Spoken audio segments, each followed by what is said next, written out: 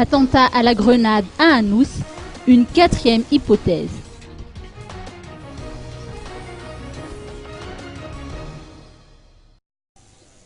À propos de l'attentat à la grenade du 25 janvier dernier, le général Richard Ravalmanen a noté qu'une quatrième hypothèse a été privilégiée. D'après son raisonnement, n'ayant pas réussi à perturber la cérémonie fortement sécurisée de Mahamasl, les terroristes ont déposé leurs grenades entre deux étals avant que la victime n'ait donné un coup de pied dessus, juste par inattention.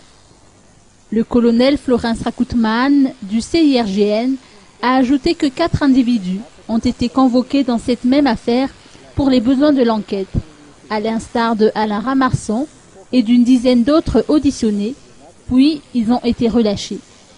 Des séries de perquisitions ont également été menées. Toujours dans cette même perspective, des éléments de la cause aux femmes ont fait l'objet d'une enquête, mais il s'est avéré qu'ils n'avaient aucun lien avec l'explosion.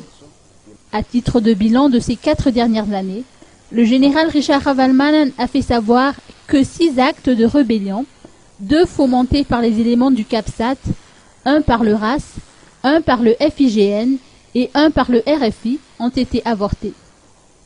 Les forces de l'ordre ont beaucoup contribué à la réussite du processus électoral et l'on peut dire, selon lui, que la situation s'est actuellement apaisée. Maintenant, encore en pleine enquête. Vous savez, dans la méthodologie d'enquête normale, c'est qu'on part des faits. Ce que nous appelons normalement la phase de raisonnement objectif. Qu'est-ce qui s'était passé, qu'est-ce qu'on a vu, qu'est-ce qu'on a entendu, qu'est-ce qui se passe dans le contexte général. Et après, on vérifie les thèses. On a déjà vérifié une thèse avec des militaires. On a aussi vérifié une thèse avec un renseignement qu'on avait reçu du côté de la route bypass. On avait vérifié une thèse sur un politicien. Et maintenant, en dernière heure, on a reçu une information comme quoi il y avait les poseurs de bombes, ils avaient voulu entrer dans le stade. Mais il y avait tellement une fouille de sécurité qu'ils n'ont pas pu entrer et ils ont déposé le sac contenant les explosifs au marchand.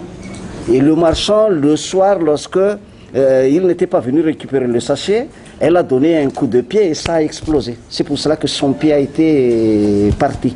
Donc c'est la thèse qu'on est en train de vérifier actuellement. Est-ce que c'est vrai?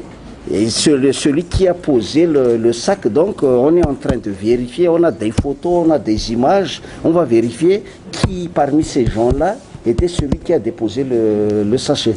Mais moi je tiens quand même toujours à vous dire, quelles que soient les allégations à mon endroit qu'on fait, moi je vous dis que ça a un objectif politique.